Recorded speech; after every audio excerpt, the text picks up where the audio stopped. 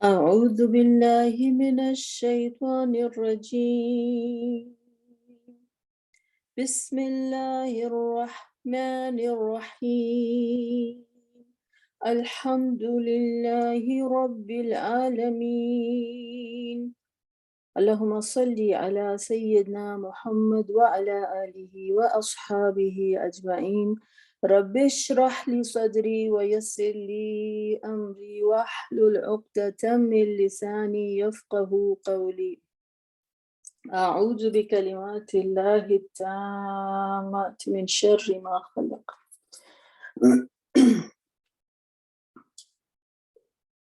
آج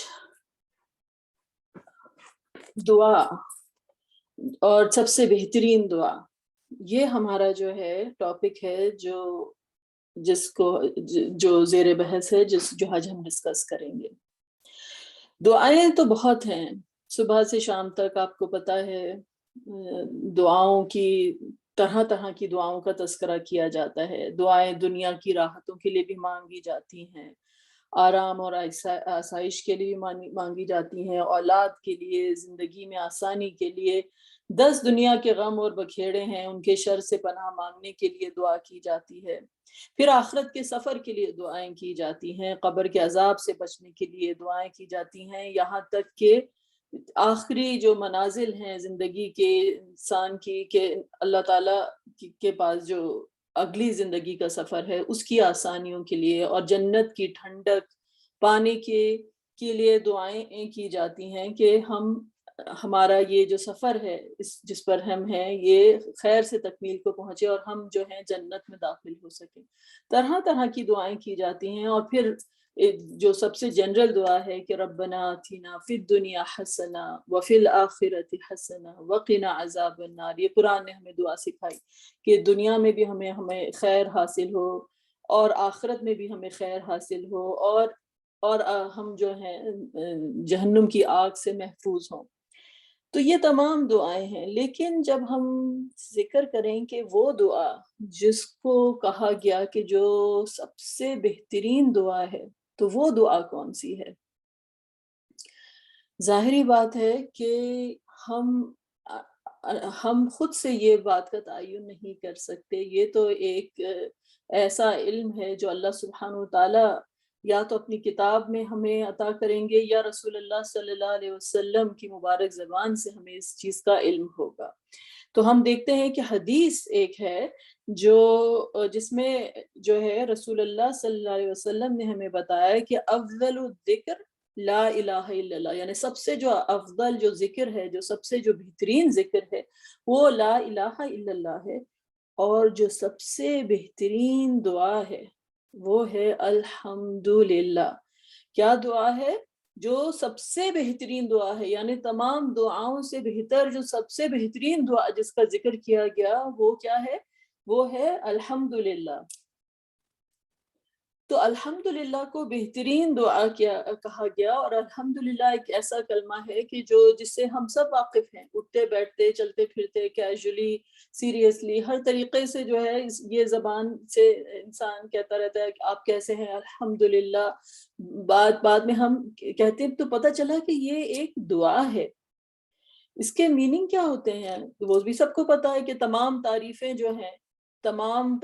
تمام شکر جو ہیں وہ اللہ تعالیٰ کے لیے ہیں، ہر قسم کی تعریف جو ہے وہ اللہ تعالیٰ کے لیے ہے۔ الحمد میں جو الف اور لام ہے وہ اسے کیا کہتے ہیں کہ ٹیکنیکلی اگر اس کو آپ دیکھا جائے تو اس کو الف لام جو ہے یہ استغراق والی کیٹیگری میں آتے ہیں، یعنی کہ تمام کی تمام تعریفیں کسی بھی فارم میں کوئی بھی تعریف ہوگی تو وہ اللہ تعالیٰ کی ہی ذات کے لیے ہے۔ للہ ہی میں جیسے آپ دیکھ رہے ہیں کہ ہائی لائٹڈ ہے پنک میں لام کا حرف، تو وہ حرف جر ہے کہ واسطے، اور اللہ جو ہے للہ ہی میں کہ اللہ کے لیے، یعنی تمام تعریفیں جو ہیں وہ اللہ تعالیٰ کے لیے ہیں۔ تو یہ مختصر کلمات جو ہیں ان کو اتنی بڑی فضیلت دی گئی کہ رسول اللہ صلی اللہ علیہ وسلم نے ہمیں بتایا کہ دعاؤں میں جو سب سے جو افضل ترین دعا ہے، جو بہترین دعا ہے وہ الحمدللہ ہے۔ مگر یہ کیسی دعا ہے کہ جس میں کچھ مانگا نہیں گیا،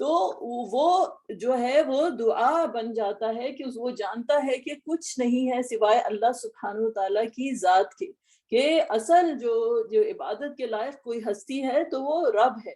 تو یہ دعا جو ہے اس کو پکارنے کا ذریعہ ہے۔ تو یہ پتہ چلا کہ دعا جو ہے وہ روح ہے عبادت کی۔ اب جب یہ بات ہم پر کھل گئی کہ اللہ تعالیٰ نے کہا کہ وہ ہم سے قریب ہے اور ہم اس سے دور ہیں، تو پتہ یہ چلا کہ گم تو ہم ہو گئے نا، پیچھے تو ہم رہ گئے۔ ہم اپنے جھمیلوں میں، اپنی ذات میں، اپنے فتنوں میں، اپنی زندگی کی آزمائشوں میں، دنیا کی رنگ رنگینیوں میں، دنیا کی تمام جسے کہتے ہیں گلیٹر اور جو بھی گلیمر ہے دنیا کا، اور یہ تمام چیزوں نے ہم کو اس قدر جسے کہتے ہیں کہ ہم اس میں کھو گئے ہیں کہ اب اپنے رب کے واپسی کا جو سفر جب انسان جب جانا چاہتا ہے اور ان اندھیروں میں انسان نکل کے اپنی روشنی کی طرف، اپنے رب کی طرف بڑھنا چاہتا ہے، تو وہ جو پکار اس کے دل سے نکلتی ہے تو وہ کیا ہے کہ وہ اسے کہتے ہیں دعا۔ تو اللہ سبحانہ وتعالیٰ نے ہمیں پھر سلیقہ بتایا کہ دعا کیا ہے۔ تو آپ یہ دیکھیے کہ اس آیت میں سورۃ البقرہ کی وَإِذَا سَأَلَكَ عِبَادِي عَنِّي کہ میرا بندہ جب آپ سے میرے بارے میں پوچھے تو کہہ دیجئے کہ میں قریب ہوں۔ کہہ دیجئے کا ورڈ جو ہے یہ میں ایڈ کر رہی ہوں، یہ آیت میں موجود نہیں ہے۔ یعنی اللہ سبحانہ وتعالیٰ اس قدر قریب ہے کہ یہاں پہ قل بھی نہیں ہے کہا گیا کہ فَإِنِّي قریب، کہ میں قریب ہوں، اجیب دعوت الداعی اذا دعان، میں جو ہوں رسپونڈ کرتا ہوں، میں جواب دیتا ہوں، جو پکارنے والا جو مجھے پکارتا ہے۔ اب پکارنے والا کس طرح سے پکارے؟ تو آگے ایک لفظ دیکھیے جو کہا گیا فَلْيَسْتَجِيبُوا لِي، کہ وہ جو پکارنے والے ہیں وہ میری طرف رسپونڈ کریں، وہ کوشش کریں کہ اجیبوت میں تو آیا نا کہ میں جواب دیتا ہوں، فَلْيَسْتَجِيبُوا میں کہ آپ کوشش کریں، آپ اس کی صحیح کریں، آپ اس کی یہ آپ زندگی کا جو ہے اپنا وہ بنائیں کہ جسے کہتے ہیں کہ مقصد بنائیں کہ اللہ تعالیٰ کو رسپونڈ کرنا ہے، کہ اللہ سبحانہ تعالیٰ کو پہچاننا ہے، وَلْيُؤْمِنُوا بِي، اور مجھ پر ایمان رکھیں، لَعَلَّهُمْ يَرْشُدُونَ، تاکہ وہ راہ پا سکیں، تاکہ وہ صحیح رستہ جو ہے وہ پکڑ سکیں۔ تو یہ رسپونڈ کرنے کا کیا طریقہ ہے؟ یہ اللہ تعالیٰ کو رسپونڈ کرنے کا کیا طریقہ ہے؟ وہ کیا دعا ہے کہ جس سے آپ اللہ تعالیٰ کو رسپونڈ کریں گے؟ وہ دعا ہمیں رسول اللہ صلی اللہ علیہ وسلم نے سکھائی کہ جو سب سے جو افضل ترین جو دعا ہے، جو افضل ترین جو پکارنے کا طریقہ ہے، تو وہ کیا ہے؟ الحمدللہ۔ الحمدللہ کہ تمام تعریفیں جو ہیں، تمام شکر جو ہیں وہ اللہ تعالیٰ کے لیے ہیں۔ تو آپ دیکھیے کہ ہر حدیث میں جو آپ کی جو تمام اذکار جو دن کے آتے ہیں، صبح میں جوڑتے ہیں تو الحمدللہ الذی احیانا بعدما اماتنا والیہ النشور، کی الحمد آپ نے اللہ کی بیان کی کہ اس نے ہمیں زندگی عطا کی موت کے بعد، اور اسی کی طرف تو ہم واپس جا رہے ہیں۔ کھانا کھائے تو الحمدللہ الذی اطعمنی ھذا، کہ میں حمد اللہ کی آپ نے بیان کی کہ آپ نے وہ کھانا کھایا، اس کی نیوٹریشن آپ تک پہنچی۔ اسی طریقے سے کپڑے بدلنے سے لے کر اٹھنے بیٹھنے ہر جگہ پہ دعا کا جو سلیقہ جو رسول اللہ صلی اللہ علیہ وسلم نے سکھایا، تو ہر چیز میں اللہ تعالیٰ کی حمد جو ہے وہ بیان کی گئی۔ اور جب اللہ تعالیٰ کی حمد بیان کی گئی تو یہ تمام قرآن میں بھی آپ دیکھیے کہ الحمدللہ الذی لہ ما فی السماوات و ما فی الارض، کہ حمد اس کے لیے کہ جس کے تمام چیزیں آسمان اور زمین میں اسی کو جو ہیں بلونگ کرتی ہیں، اسی کی ملکیت ہیں۔ وَلَهُ الْحَمْدُ فِي الْآخِرَةِ، اور آخرت میں بھی اسی کے لیے حمد ہے۔ وَهُوَ الْحَكِيمُ الْخَبِيرُ، اور وہ جو ہے وہ حکیم ہے اور وہ خبیر ہے۔ پھر اس کے بعد آپ دیکھیں گے دوسرے جو انبیاء ہیں ان کی دعائیں، داؤد علیہ السلام اور سلیمان علیہ السلام کو جب اللہ تعالیٰ علم عطا کرتے ہیں تو وہ قارون کی طرح نہیں کہتے کہ یہ مجھے تمام دولت جو ہے وہ اس لیے عطا کی گئی میرے علم کی وجہ سے، بلکہ وہ کہتے ہیں وَلَقَدْ آتَيْنَا دَاوُودَ وَسُلَيْمَانَ عِلْمًا، جب ہم نے یقیناً جو ہے عطا کی داؤد علیہ السلام کو اور سلیمان علیہ السلام کو علم، تو انہوں نے کیا کہا دونوں نے؟ وَقَالَ حمد حمد اللہ کی بیان کی. وقال الحمد للہ الذی فضلنا علی کثیر من عباده المؤمنین، کہ اس نے اپنے تمام مؤمنین میں جو یقین کرنے والے تھے بندوں میں ہم کو فضیلت عطا کی. تو انہوں نے اللہ تعالیٰ کی حمد جو ہے وہ بیان کی. ہم دیکھتے ہیں کہ ابراہیم علیہ السلام جو ہیں وہ کہہ رہے ہیں الحمدللہ الذی وہب علی الکبر اسماعیل و اسحاق ان ربی لسمیع الدعاء، کہ الحمد اللہ کی بیان کی کہ جس نے مجھے بڑھاپے میں جو ہے اولاد کی نعمت سے نوازا. اسماعیل علیہ السلام اور اسحاق علیہ السلام جو ہیں اللہ تعالیٰ نے مجھے عطا کیے، اور بے شک میرا رب جو ہے وہ دعاؤں کا سننے والا ہے. تو مستقل قرآن میں آپ دیکھیں گے کہ ون آفٹر دی ادر جو ہے جو دعا کا سلیقہ جو سکھایا گیا الحمدللہ الحمدللہ، کہ ہر چیز میں جو ہے حمد جو ہے وہ اللہ تعالیٰ کی طرف جانے کا رستہ. یہ ایک دعا ہے، یہ ایک پکار ہے، یہ افضل ترین دعا ہے. لیکن بات جو ہے وہ ادھر ختم نہیں ہوتی، بات ادھر شروع ہوتی ہے. یہ اللہ تعالیٰ کی طرف جانے کا رستہ ہے. الحمد جو ہے وہ اللہ تعالیٰ کی معرفت کا رستہ ہے، اللہ کو جاننے کا رستہ ہے. تو آپ دیکھیں کہ یہاں تک کہ انسان جو ہے ہم دیکھتے ہیں کہ رسول اللہ صلی اللہ علیہ وسلم کی ایک حدیث ہے جس میں رسول اللہ صلی اللہ علیہ وسلم نے کہا کہ سیدھا راستہ جو ہے وہ تم جو ہے اس پہ چلو، اور خوشخبری یہ ہے کہ تمہارے لیے خوشخبری ہے اگر تم سیدھے راستے پہ رہو گے تو. لیکن یہ انہوں نے رسول اللہ صلی اللہ علیہ وسلم نے کہا کہ تم میں سے کوئی بھی جو ہے وہ جنت میں داخل نہیں ہوگا اپنے اعمال کی وجہ سے، تو بلکہ اللہ تعالیٰ کی رحمت کی وجہ سے جو ہے تم جنت میں داخل ہوگے. تو جو صحابہ تھے ان میں سے انہوں نے پوچھ لیا کہ یا رسول اللہ صلی اللہ علیہ وسلم آپ بھی؟ تو آپ نے کہا ہاں میں بھی، کہ اللہ سبحانہ وتعالیٰ کا یہ رحم ہے کہ اللہ تعالیٰ کی رحم کی وجہ سے ہی، اللہ تعالیٰ کی مرسی کی وجہ سے ہی جو ہے جنت میں داخل انسان ہوگا. تو ایک چیز یہ کہی گئی، اور اس کے بعد یہ حدیث جس میں ختم ہوتی ہے کہ know that most beloved deed to Allah is that one which is done regularly even it is small. یعنی کہ تو جان جاؤ کہ اللہ تعالیٰ کی نظر میں جو سب سے زیادہ جو محبوب عمل ہے وہ عمل ہے جو مستقل کیا جائے چاہے وہ چھوٹا سا ہی عمل ہو. تو ایک طرف تو کہا گیا کہ کوئی اپنے اعمال کی وجہ سے داخل نہیں ہوگا، اللہ کے رحم کی وجہ سے داخل ہوگا، یعنی ہمارے اعمال جو ہیں اس کی وجہ سے نہیں ہوگا. اور دوسری طرف کہا گیا کہ اللہ تعالیٰ کی نظر میں جو فوراً عمل کا ذکر کیا گیا کہ اگر تم چھوٹے سے چھوٹا بھی کام کرتے ہو تو اس کو چھوڑو نہیں، اس کو حقیر نہ سمجھو، بلکہ کرتے رہو، کیونکہ وہ ہی کام جو ہے اللہ تعالیٰ کی نظر میں سب سے محبوب ہے. اگر آپ تھوڑا سا بھی قرآن پڑھتے ہیں تو یہ نہیں سوچیں کہ وہ تو اتنا پڑھتے ہیں، یہ اتنا کرتے ہیں، وہ اتنی عبادت کرتے ہیں. آپ 2 نفل پڑھتے ہیں، آپ اس 2 نفل کو جو ہے کم نہیں جانے، وہ اللہ کی نظر میں کس لیے وہ ہے محبوب ہے کہ آپ اس کو ریگولرلی کرتے رہیں.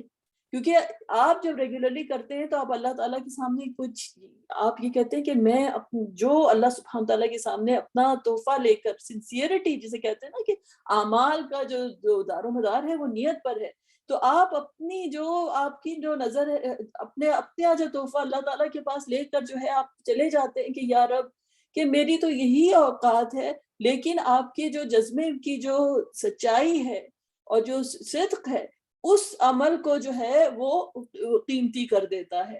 تو وہ چیز جو ہے اللہ کی نظر میں بہت جو ہے اس کی اللہ تعالیٰ کی قدر ہے. تو بات جو تھی وہ یہ ہو رہی تھی کہ ایک طرف تو کہا گیا کہ کوئی بھی اپنے اعمال کی وجہ سے داخل نہیں ہوگا، اور پھر اس کے بعد کہا گیا کہ عمل کی اتنی امپورٹنس ہے. تو یہ تو، اور اسی طرح سے قرآن میں بھی کئی دفعہ آتا ہے کہ تم یہ جنت تم کو جو ہے ان کو اس لیے ملے بما کانوا یعملون، یہ جو کچھ کرتے رہے تھے یہ جزا ہے. تو یہ دونوں چیزوں میں کیا کوئی کنٹراڈکشن ہے؟ ان دونوں چیزوں میں کوئی کنٹراڈکشن نہیں ہے.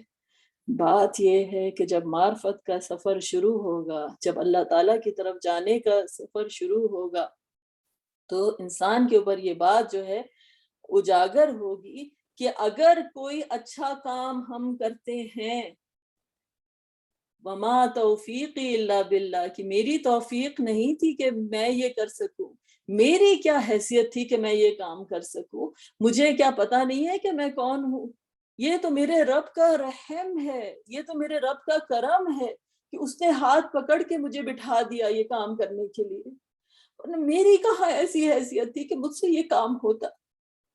یہ تو اس کا کرم ہے، اس کا رحم ہے کہ اس نے جو ہے اپنی رحمت کا دروازہ کھول دیا کہ مجھ سے یہ اچھا کام کرا لیا۔